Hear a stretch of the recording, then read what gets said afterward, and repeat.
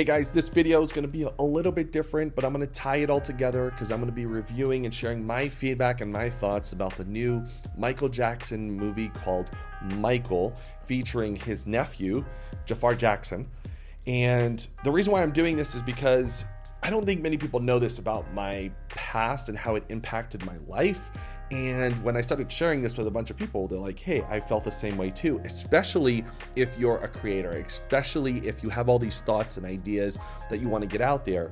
And one of the most powerful parts in the movie is something I also want to share in just a little bit. But first, if you haven't seen this movie yet, I'm going to tell you, one, you should go see it and see it multiple times. Me personally, I want to hit my record of most time movies seen in a movie theater. I want to hit 10. The last time I saw Black Panther, I think it was nine times I saw the movie in the cinema, and that was a number of years ago when it came out. This time I want to hit 10, and I've so far done 7, so I have three more visits to go, and I absolutely love the movie. But first, let me just give you a little bit of history. First of all, I was a Michael Jackson fan from the first time I saw or heard his music. Actually, I heard his music before I ever saw a video about Michael Jackson. So one, unfortunately, I was never able to see Michael Jackson in concert. I first heard his music on the radio, and then I got my first CD-ROM, audios from, I want to say it was, I think it was called CD Baby or something like that. Baby, I forgot the name of the place, but basically I bought his history CDs, and that was the first time I ever bought CDs of Michael Jackson. And when I started hearing and listening to his most popular tracks, I absolutely fell in love with the music. When the internet came out, we had YouTube. That's when I started watching his old shows, his old live concerts, and I fell in love with Michael Jackson even more. And one of the things that because if you know my past a little bit, I grew up as a newspaper carrier, and being involved in the news so much, one of my first jobs was not only delivering newspapers, but I also was involved in the advertising section of the newspaper. And I remember reading one time that open call, I think that was the right, there was a open call to people to go visit Neverland. And I remember reading that in the newspaper, and you had to call a number and all this stuff. And this went all over. I think it was in the USA Today newspaper at the time. And I was so interested, man. I was like, man, I'd love to do that. And I never did, but that would have been quite an experience. So over the years, I was always been a fan of the music. There was times I wanted to dress like him. I used to wear loafers and those thick socks, the thick white socks and the white shirt. And I know my cousins and my sister would always be like, this guy is really into Michael Jackson. Actually, I remember this moment when my sister sent me a text message of an image of the news that Michael Jackson had died. I actually didn't believe her. I didn't want to believe her. I was like, no, you're joking. Stop it. This is crazy. And when I looked it up and it was true, I think I just shut everything off and went to my corner for a little while, because I was really depressed and sad about this iconic individual whose music really impacted my life.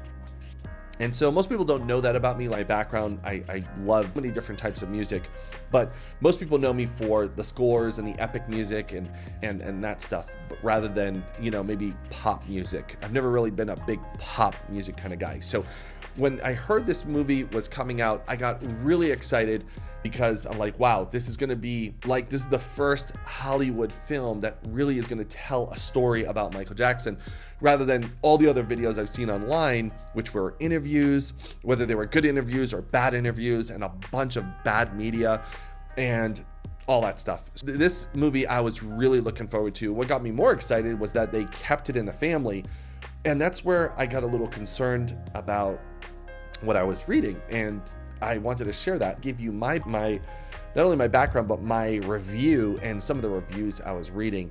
And unfortunately, when I threw this in the reviews of AI and what it brings back to me, it's obviously just pulling from these other sources. But it's interesting how professional film critics, as it says here, have largely rejected the film in low score of 27% on Rotten Tomatoes. And I did pull it up, and I saw 7% of the reviews But then I wanted to go a little deeper. But I wanted to go a little bit deeper here because one of the things I wanted to see what top critics were saying. So I'm going to click on that. And then we see here like a honky, corny, safe, cliched, sanitized look at Michael Jackson. Michael might be a self-sustaining, self-indulgent piece of PR, but the music only thing that people will hear. The film is so chopped and screwed that my heart beat fewer times than the number of cuts in a single scene. So, you know, there is a lot of criticism to the movie, but again, I think it's, I think even reading the AI side of it, for example, where a lot of critics are saying it's a whitewash, it's because the film was heavily backed by Jackson's estate and family members. Well, yeah, why not? I mean, it's their family, right? So I was like, okay, like, you know, defending that part. And then it carefully avoids the complex personal controversies and child abuse and allegations. Like, you know, if you're going to a movie or sitting with someone in 2 hours, I think it would be really difficult to weave all this in, especially when the movie starts at Michael Jackson's childhood. And then we have, you know, maybe spoiler alert, there's going to be a part 2. Okay. So I think that really was, you know, how would you even bring that in at this point?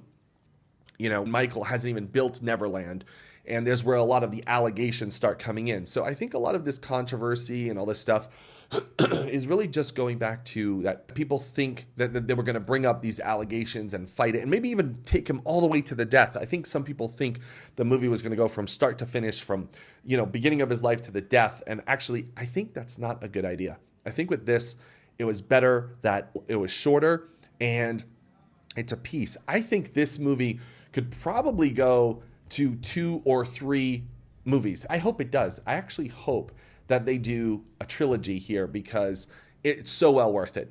Now, let's talk about age. I brought my kids to this movie and they absolutely love it. They didn't know Michael Jackson's music before this. So if the movie's PG-13 in the United States, the movie is, let's talk about age groups for a second. Obviously, because Michael goes back and, you know, to so many years, whether it's the 60s, the 70s, the 80s, you know, I actually, my kids had never been heard of any Michael Jackson's music before until now. So I actually got them started listening to some of Michael's, you know, big hit songs. And then they saw the movie and now they're hooked. They absolutely love it. They're dancing like Michael and all that stuff. So it brought back some cool memories to when I was a kid and hearing it all over again. Because there was a time that I was listening to Michael Jackson all the time, and then I took a break, and now my kids, it's really cool. It kind of brings, you know, everything full circle. It's really nice. One of the most valuable lessons that I always found in this movie that I try to do with any movie that go to the cinema with my kids is we tried to find the meaning or the lesson in the movie that we can apply in our own lives. And one of the most powerful things in the movie that I think is important for everyone. It doesn't matter if you're a coach, an author, a speaker. If you're doing anything in life, it's like the motto. It's actually the motto for the brand. For one of my brands, it's the motto where if in the movie he has these stickers everywhere. It's just part of Michael's life. He had quotes and stickers and paper stuck everywhere around his room, in his home, and in different places. And some of those quotes, I'll never forget the one that I saw the most that stuck out because it's home right to the Fearless Millionaire brand, is everything you want is on the opposite side of fear.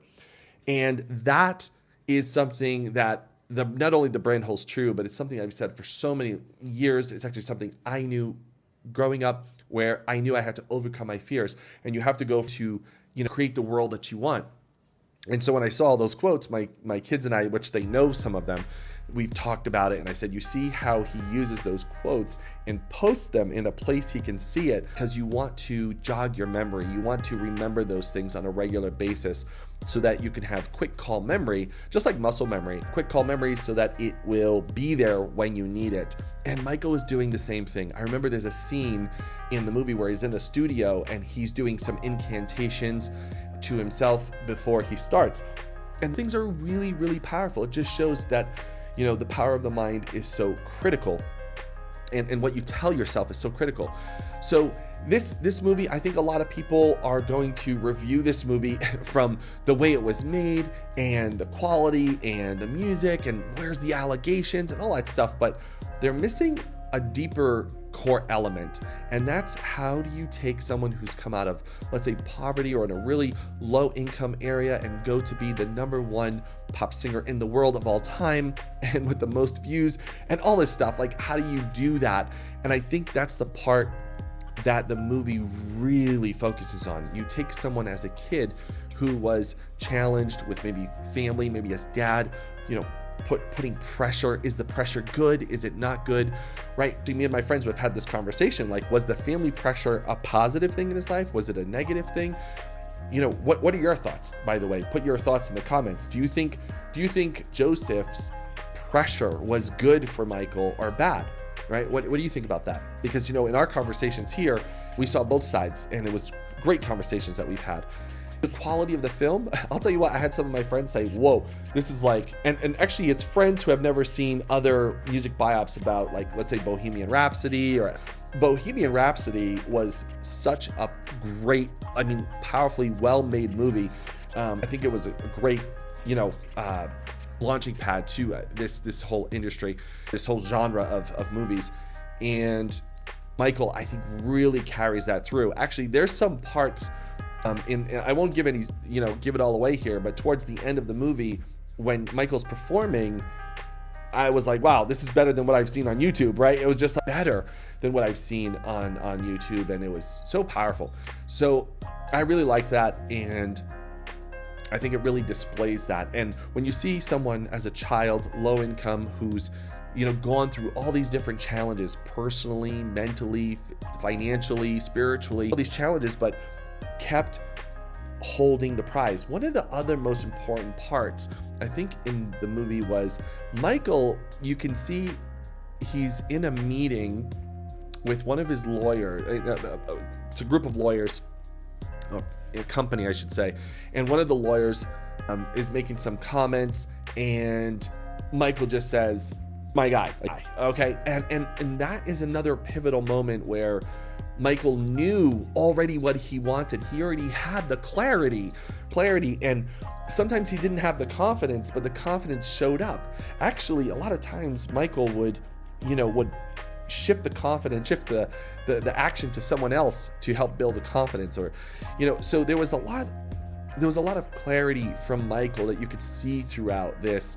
And of course, the money came. So I saw the three elements. I saw the clarity, saw the confidence, and obviously the cash flow from Michael's mindset and action that he took on a regular basis. And that's clear, obviously, with the fame and fortune that he's built over the years. So I think that is something so critical in the movie, regardless of what you think or what you believe about Child's allegations and all that stuff, all the negative, the positive, and how he changed his features so much over the years. Regardless of all that, okay, I think there's something deeper there that you need to take a look at. To be clear, I'm gonna say it like if this was a trial, I stand with Michael, and I always have. Actually, years ago when he was going through a lot of the allegations and going to court and all that stuff, I always stood with Michael because I tend to look at things a little differently. Like, look at people's judgment or why they're doing the things, and maybe that's something you'd have to do on your own research, but you should definitely check out maybe some of the lawyers' responses and interviews and dig a little deeper if you're interested. But I always stood with Michael because I never saw an artist who was not only making music about, making the world a better place. He fought for truth. Let's put it that way. But actually, he fought for truth. And that's something I always like to push for, is fighting for truth, beating up the lies, crushing the fear, and fighting for truth. And that's something you could see and hear him do when he started coming out with specific music to reveal things that were going on in the industry. And maybe that's what led to his demise. Who knows at that point, right? And all that stuff. But the reality is, I think there's so many lessons that can be learned in not only in this movie, but in Michael's life that we can pick from and apply into our own lives. So if you're a struggling entrepreneur and you haven't figured out what it is and how to get through, I always like to reference different movies. Actually, I have a movie list on the old website. I should probably bring it back. I know I still have the list in a Word document, so I'll probably pull it back up. But it was the top recommended movies, and this needs to be up there actually. So I'm gonna go look for that list, and I'll try to include it again, because movies, can help inspire, and we can learn from those stories. A list that I created many years ago for some of our members, something that could be help them, encourage them, motivate them, and some of them with great stories that help people move from fear into faith and into fortune. So I think this would be at the top of my list for that list, but I'll go dig in on that. In the meantime, I'd love to know your thoughts in the comments. Let me know. I read all the comments, and I'd love to hear your feedback. All right, I'll see you in the next one.